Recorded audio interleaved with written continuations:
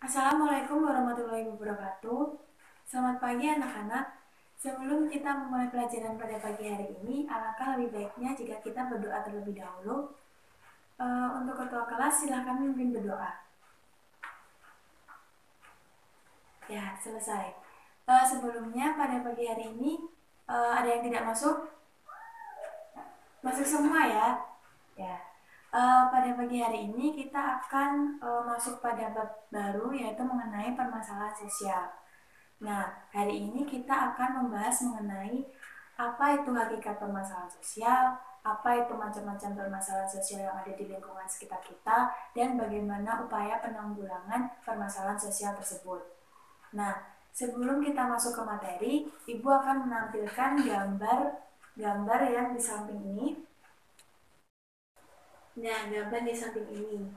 Ada yang tahu gambar di samping ini tuh menunjukkan tentang apa?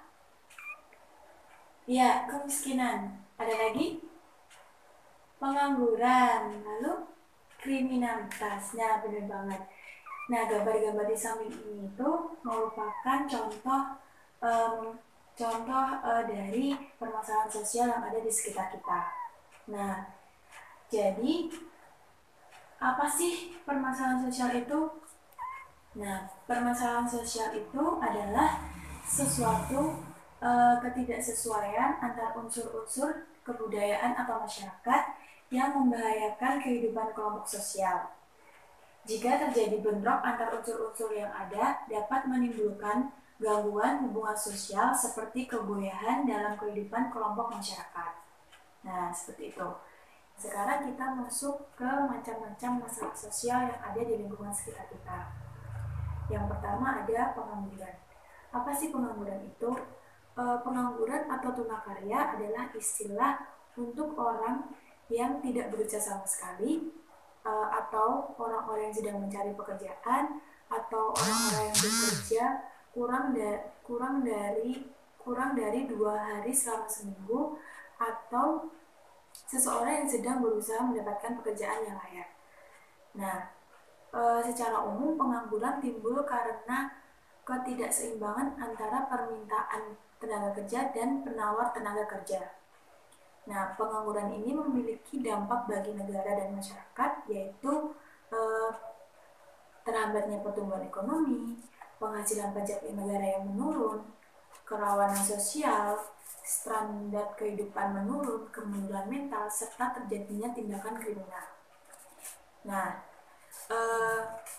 upaya penanggulangan untuk masalah pengangguran ini yaitu yang pertama, kita dapat menyelenggarakan pameran atau bursa tenaga kerja untuk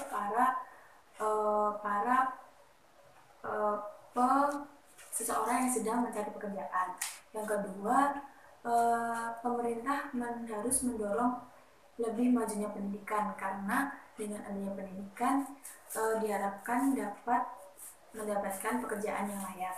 Yang ketiga, memberikan informasi mengenai tempat-tempat yang membutuhkan tenaga kerja. Selanjutnya, mendirikan pusat-pusat latihan kerja atau BLK untuk melakukan pelatihan bagi tenaga kerja. Yang kelima, meningkatkan transmigrasi. Nah, yang kedua yaitu masalah sosial mengenai kemiskinan. Nah, kemiskinan ini yaitu keadaan di mana terjadi ketidakmampuan untuk memenuhi kebutuhan dasar seperti makanan, pangan, pakaian, tempat tinggal, pendidikan, dan kesehatan. Kemiskinan ini sering dijumpai di sekitar kita. Contohnya pengemis, pengamen, pemulung. Nah, itu merupakan potret kemiskinan yang ada di sekitar kita. Kemiskinan dapat disebabkan melalui aspek budaya dan aspek sosial. Nah, aspek sosial ini yaitu adanya ketidaksamaan sosial di antara sesama warga masyarakat yang bersangkutan, seperti perbedaan suku bangsa, jenis kelamin, ras, usia, dan sumber dari corak sistem pelapisan sosial yang ada dalam masyarakat. Nah, yang kedua, karena adanya aspek ekonomi. yaitu adanya ketidaksamaan di antara sesama warga masyarakat dalam hak dan kewajiban yang berkenaan dengan pengelolaan sumber daya ekonomi. Nah, upaya yang dilakukan untuk menanggulangi kemiskinan yaitu memberikan bantuan tunai atau BLT yang diberikan langsung terhadap rakyat. Yang kedua, menyediakan lapangan kerja yang layak bagi rakyat, lalu menyediakan fasilitas pendidikan yang murah atau bahkan memberikan pendidikan yang gratis, lalu menanamkan cara berpikir positif untuk agar masyarakat ingin selalu bekerja keras dan pantang menyerah jika mengalami kesulitan atau kegagalan. Yang selanjutnya, pemerintah harus memperhatikan masyarakat miskin dan memberikan bantuan bagi mereka yang benar-benar membutuhkan.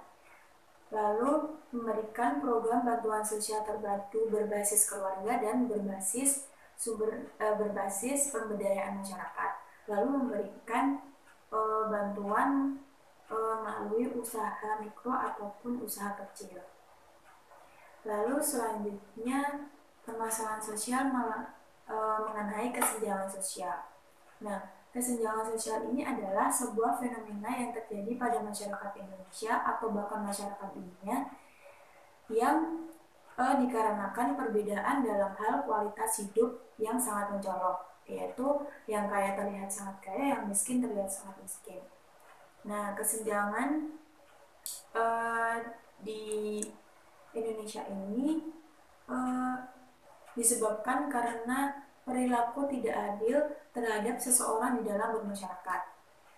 Nah, terjadi karena beberapa faktor, yaitu bisa karena kedudukan, pendidikan, pendapatan, dan faktor-faktor lain yang dapat menyebabkan terjadinya kesenjangan sosial. Nah, untuk mengatasi akibat atau dampak dari kesenjangan sosial itu, pemerintah harus mengupayakan yaitu menomorsatukan pendidikan. Yang kedua, menciptakan lapangan kerja dan meminimalisir kemiskinan.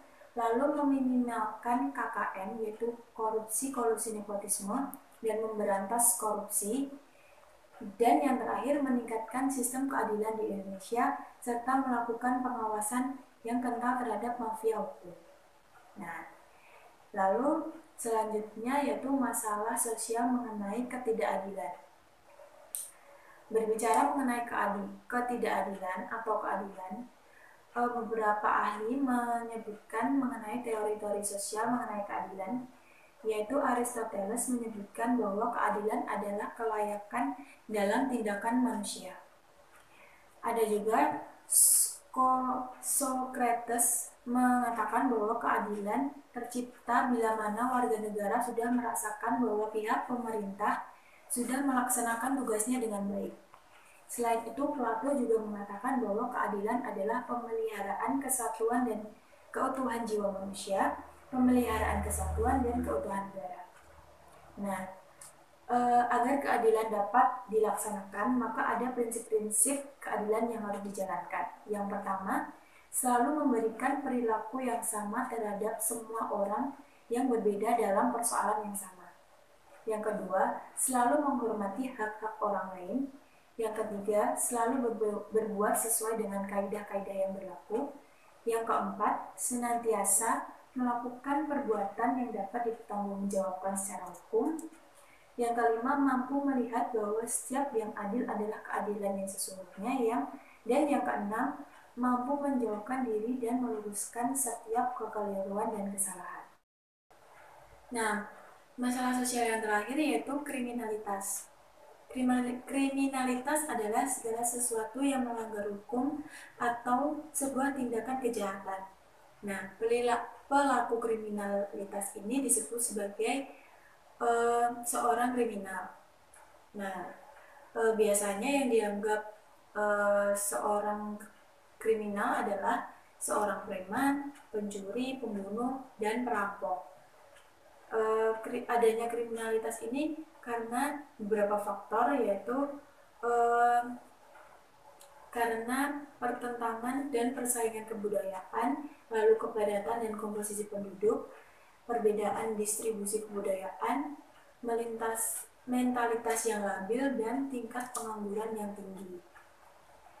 Nah, upaya dalam penanggulangan kriminalitas ini dilakukan dengan cara yang pertama, menggunakan sanksi hukum yang tegas dan adil kepada para perilaku kriminalitas tanpa pandang bulu dan atau derajat, sehingga mereka tidak mengulangi perbuatan kriminalitas mereka lagi.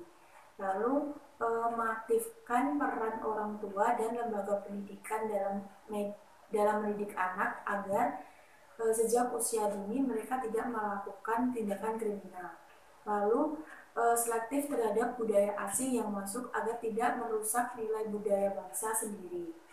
Selanjutnya, menjaga kelestarian dan kelangsungan nilai norma dalam masyarakat dimulai sejak dini melalui pendidikan multikultural seperti sekolah dan organisasi masyarakat. Dan yang terakhir, melakukan pelatihan atau kursus kalian bagi para pelaku tindak kriminal atau pengangguran agar memiliki keterampilan sehingga mereka tidak melakukan kriminalitas lagi. Nah, jadi itu tadi merupakan materi yang telah kita bahas pada hari ini. Apakah ada yang kurang jelas atau ada yang ditanyakan? Tidak ada ya. Nah, Ibu rasa cukup sekian materi yang Ibu sampaikan. Jangan lupa untuk mempelajari materi selanjutnya untuk minggu depan. Dan Ibu tutup pertemuan hari ini. Sekian. Wassalamualaikum warahmatullahi wabarakatuh.